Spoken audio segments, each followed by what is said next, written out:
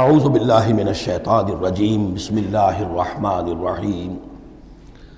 الیہ یرد علم الساعة وما تخرج من ثمرات من اکمامها وما تحمل من انثى ولا تضع الا بعلمه ویوم ینادیہم این شرکائی قالوا آذناک ما منا من شہید وضل عنہم ما كانوا يدعون من قبل وظنوا ما لهم من محیص صدق اللہ العظیم۔ اللہ ہی کے حوالے ہے قیامت کا علم کہ قیامت کب آئے گی۔ وما تخرج من ثمرات، اور جو بھی نکلتا ہے میووں میں سے ان کے غلافوں کے اندر سے، وما تحمل من انثى، اور جو بھی کوئی مادہ اٹھاتی ہے اپنے پیٹ میں حمل، ولا تضع، اور نہ ہی وہ اس کو جنتی ہے، الا بعلمہ، مگر وہ اللہ کے علم میں ہوتا ہے۔ اور اس کو صرف انسانوں پر نہ سمجھیے، تو تمام حیوانات کا معاملہ ہے۔ اسی لیے یہاں پر عورت کا نام نہیں لیا گیا، بلکہ یہ کہ جو بھی ہے، من انثیٰ، جو بھی ہے۔ وَيَوْمَ يُنَادِيهِمْ أَيْنَ شُرَكَائِي، اور جب اس دن کے پکارے گا انہیں کہ کہاں ہے میرے وہ شریک، قَالُوا آذَنَّاكَ مَا مِنَّا مِن شَهِيدٍ، تو وہ کہیں گے ہم نے تو آپ سے عرض کر دیا ہے، ہم میں سے کوئی بھی اس کا اقرار نہیں کرتا کہ ہمارا کوئی شریک ہے۔ یعنی یہ کہ اس وقت وہ بالکل ایسے بے بس ہو جائیں گے کہ وہ نہیں کہہ سکیں گے کہ ہم نے واقعتاً کسی کو سمجھا تھا کہ وہ ہمارا سہارا ہوگا۔ وَضَلَّ عَنْهُمْ مَا كَانُوا يَدْعُونَ مِن قَبْلُ، اور گم ہو جائیں گے ان سے، ان کے ہاتھوں کے طوطے اڑ جائیں گے جن کو وہ پکارا کرتے تھے اس سے پہلے۔ وَظَنُّوا مَا لَهُم مِّن مَّحِيصٍ، اور انہیں یقین آ جائے گا کہ اب کوئی خلاصی کی کوئی شکل نہیں ہے، یہاں سے نجات پانے کی کوئی صورت نہیں۔ لا يسأم الانسان من دعاء الخیر، انسان نہیں تھکتا ہے خیر مانگتے ہوئے، اگر اس کے پاس دولت ہے اور مانگے گا، اور نعمتیں ہیں اور مانگے گا۔ وَإِن مَّسَّهُ الشَّرُّ، اور اگر کہیں اسے تکلیف پہنچ جائے، فَيَئُوسٌ قَنُوطٌ، تو بالکل مایوس ہو جاتا ہے اور نا امید ہو جاتا ہے۔ وَلَئِنْ أَذَقْنَاهُ رَحْمَةً مِنَّا مِن بَعْدِ ضَرَّاءَ مَسَّتْهُ، اور اگر ہم انہیں اپنی رحمت کا مزہ چکھا دے اس کے بعد کہ اسے کوئی تکلیف پہنچی تھی، لَيَقُولَنَّ هَٰذَا لِي، تو وہ کہے گا یہ تو میرا ہے ہی، یہ تو میری اپنی صلاحیت ہے، میں نے اپنے مسائل کو حل کر لیا، میرے جتنی بھی مشکلات تھیں میں نے بڑے اپنے ناخن تدبیر سے تمام عقدے حل کر لیے۔ وَمَا أَظُنُّ السَّاعَةَ قَائِمَةً، یہ بالکل وہی الفاظ ہیں کہ جو سورہ کہف میں آئے ہیں کہ دو اشخاص کا مکالمہ ہوا تھا، میں نہیں سمجھتا کہ قیامت وغیرہ کوئی قائم ہونے والی شے ہے۔ وَلَئِن رُجِعْتُ، وہاں رُدِدْتُ ہے، یہاں رُجِعْتُ ہے، اور اگر مجھے لوٹا ہی دیا گیا، گویا کہ بالفرض، جیسا کہ تم کہتے ہو، اگر واقعتاً ہو ہی گیا، اول تو میرا گمان نہیں ہے، یہ ڈکوسلا سا معلوم ہوتا ہے مجھے، اگر ہو ہی گیا، اِلَىٰ رَبِّي إِنَّ لِي عِندَهُ لَلْحُسْنَىٰ، تو میرے لیے تو پھر وہاں اور اچھائی ہوگی، اس لیے کہ جب یہاں مجھے نوازا ہے، اللہ نے سب کچھ دیا ہے، عزت دی ہے، پیسے دیے ہیں، دولت دی ہے، اولاد دی ہے، تو ظاہر بات ہے کہ میرے اندر کچھ ہے جو اسے پسند آیا ہے، تو یہ کہاں چلا جائے گا؟ میرے اندر جو خیر ہے، جو میرے اندر اللہ تعالیٰ کی محبوبیت کی کوئی چیز ہے، تو وہ وہاں بھی قائم رہے گی اور اللہ تعالیٰ وہاں بھی مجھے دے گا۔ فَلَنُنَبِّئَنَّ الَّذِينَ كَفَرُوا بِمَا عَمِلُوا، تو پھر ہم پوری طریقے سے جتلا دیں گے ان کافروں کو جو کچھ کے عمل انہوں نے کیے ہوں گے۔ وَلَنُذِيقَنَّهُم مِّنْ عَذَابٍ غَلِيظٍ، اور انہیں لازماً مزہ چکھائیں گے بہت ہی گاڑھے عذاب کا۔ وَإِذَا أَنْعَمْنَا عَلَى الْإِنسَانِ أَعْرَضَ وَنَأَىٰ بِجَانِبِهِ، اور جب ہم انسان پر نعمتوں کی بارش کر دیتے ہیں تو پھر وہ ذرا اپنا رخ پھیر لیتا ہے اور اپنی جانب، ایک جانب کو مڑ جاتا ہے، پہلو موڑ لیتا ہے۔ وَإِذَا مَسَّهُ الشَّرُّ فَذُو دُعَاءٍ عَرِيضٍ، اور جب کوئی تکلیف اسے پہنچتی ہے تو بڑی لمبی چوڑی دعائیں کرنے لگتا ہے۔ قُلْ أَرَأَيْتُمْ إِن كَانَ مِنْ عِندِ اللَّهِ ثُمَّ كَفَرْتُمْ بِهِ، اے نبی سے کہیے کہ ذرا سوچو، تھوڑی دیر کے لیے فرض کر لو کہ یہ جو میں پیش کر رہا ہوں قرآن یہ اللہ ہی کی طرف سے ہو، امکان تو ہے نا، 1%، 2%، 3%، کسی درجے میں تو امکان ہے۔ ثُمَّ كَفَرْتُمْ بِهِ، اور پھر تم نے اس کا کفر کیا، من اضل ممن ہوا فی شقاق بعید، تو کون ہوگا زیادہ بھٹکا ہوا اس سے کہ جو اس طرح کی زندہ کے اندر جا پڑا ہے۔ یعنی سوچو ذرا، غور کرو، جیسے اس سے پہلے آیا ہے کہ میں تم سے کہتا ہوں ایک ایک کر کے، دو دو کر کے، اکیلے اکیلے، دو دو مل کر گفتگو کرو، سوچو سمجھو کہ کیا اس شخص کے اندر کوئی دیوانگی کے آثار ہیں، کوئی ان کے اندر کوئی، کبھی ان کی زندگی کے اندر اس سے پہلے جو 40 برس ان کو تمہارے درمیان بسر کی ہے، کبھی کوئی جھوٹ بولا ہے۔ اب یہ آخری مرتبہ پھر قرآن مجید کا ذکر آ رہا ہے، اور یہ سب سے اہم ہے ہمارے اس موجودہ دور کے لحاظ سے۔ سَنُرِيهِمْ آيَاتِنَا فِي الْآفَاقِ وَفِي أَنفُسِهِمْ حَتَّى يَتَبَيَّنَ لَهُمْ أَنَّهُ الْحَقُّ،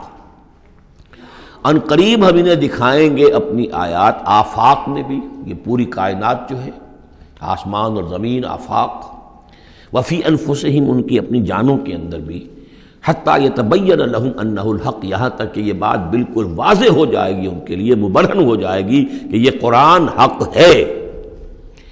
اس سے اشارہ ہو رہا ہے اس معلومات کے ایکسپلوژن کی طرف کہ جو آج ہو رہا ہے، اور یہ کوئی زیادہ پرانی بات نہیں ہے، یہ زیادہ یوں سمجھیے کہ یہ سائنس کی ڈیولپمنٹ 200 برس کا ہے معاملہ، اور اس میں بھی جو ایکسپلوژن ہوا ہے یہ تو ہاف سینچری سے زیادہ کا مسئلہ نہیں ہے، اسی کے اندر ہوا ہے۔ اور اصل میں آج کے دور میں قرآن مجید کے اعجاز کو ثابت کرنے کے لیے کہ یہ معجزہ ہے، سب سے اہم پہلو یہ ہے۔ تو میں نے جو تعارفی گفتگو کی تھی اس دورہ ترجمہ قرآن سے پہلے، تو میں نے عرض کیا تھا کہ قرآن مجید کے اعجاز کے پہلو بے شمار ہیں، کس کس پہلو سے قرآن معجزہ ہے ہم اس کا احصار نہیں کر سکتے، لیکن موٹی بات یہ سمجھ لیجئے کہ جب قرآن نازل ہوا ہے تو اس کا معجزہ ہونا سب سے زیادہ اس اعتبار سے تھا کہ اپنی ادبیت، اپنی فصاحت، اپنی بلاغت کے اعتبار سے معجزہ تھا، اور اسی پہلو سے چیلنج کیا گیا۔ تمہارے ہاں شعراء ہیں، تمہارے ہاں خطباء ہیں، تمہارے ہاں ادب کا بڑا ذوق ہے، کوئی ایک اس جیسی ایک صورت بنا کر لے آؤ۔ باقی یہ کہ نہ بھی سائنسی معلومات تھی ان کے پاس، دوسرے یہ کہ جو فینومینا آف دی نیچر ہیں قرآن میں، جو آسمان زمین دیکھو، اب ظاہر بات ہے اس وقت وہ آدمی کیا دیکھ رہا تھا؟ اپنی ننگی آنکھ سے جو کوئی دیکھتا تھا وہی دیکھ رہا تھا نا، لیکن آج انسان دیکھ رہا ہے ٹیلیسکوپس کی مدد سے، آج انسان دیکھ رہا ہے مائکروسکوپس کی مدد سے، الیکٹرانک مائکروسکوپ سے، آج جو انسان کے معلومات کا ذریعہ جو ہے، تو گویا کہ وہ آیات الہیہ جو قرآن مجید میں جن کے اشارے کر دیے گئے، ان کو جو 1400 برس قبل کا انسان دیکھ رہا تھا اور جو انہیں آج کا انسان دیکھ رہا ہے، وہ زمین و آسمان کا فرق ہے۔ اور ہوتے ہوتے یہ ثابت ہوتا چلا جا رہا ہے کہ جو کچھ قرآن مجید نے کہا تھا وہی حق ہے۔ اس میں اگرچہ ابھی کچھ حصے رہ گئے ہیں، لیکن بہت سے پہلو ہیں جو واضح ہو رہے ہیں، اور روزانہ کچھ شکل ایسی آتی ہے کہ جس سے کہ ان سائنسی حقائق سے قرآن مجید کا حق ہونا ثابت ہوتا ہے۔ لہذا آج کے دور میں اس کام کو بہت اہمیت حاصل ہے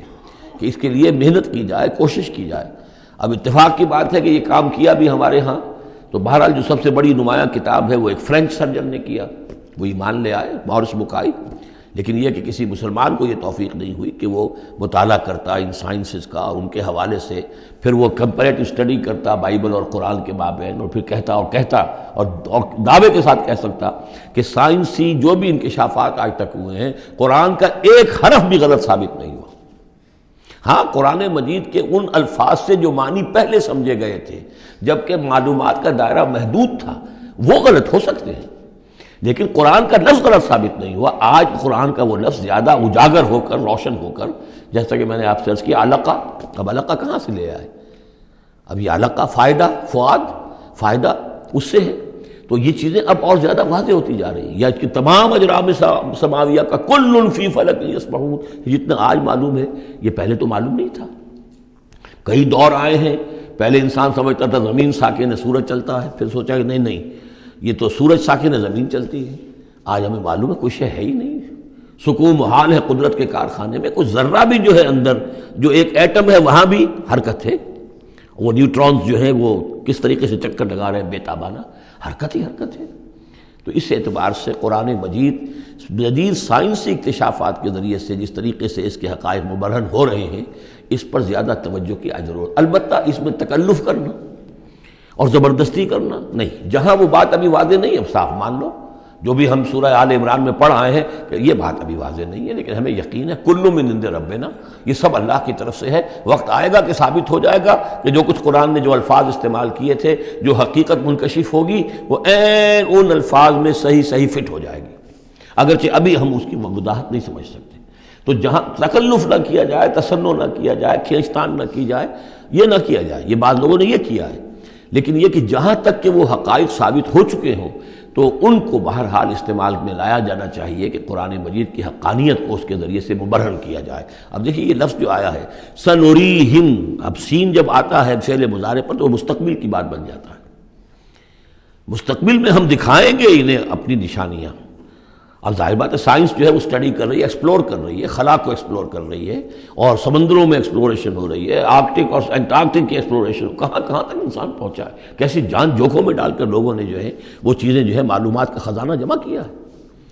سنریہم آیاتنا فی الآفاق وفی انفسہم حتی یتبین لہم انہ الحق، یہ بات اور مبرہن ہوتی جائے گی، مزید واضح ہوتی جائے گی، مزید اجاگر ہوتی جائے گی، قرآن حق ہے۔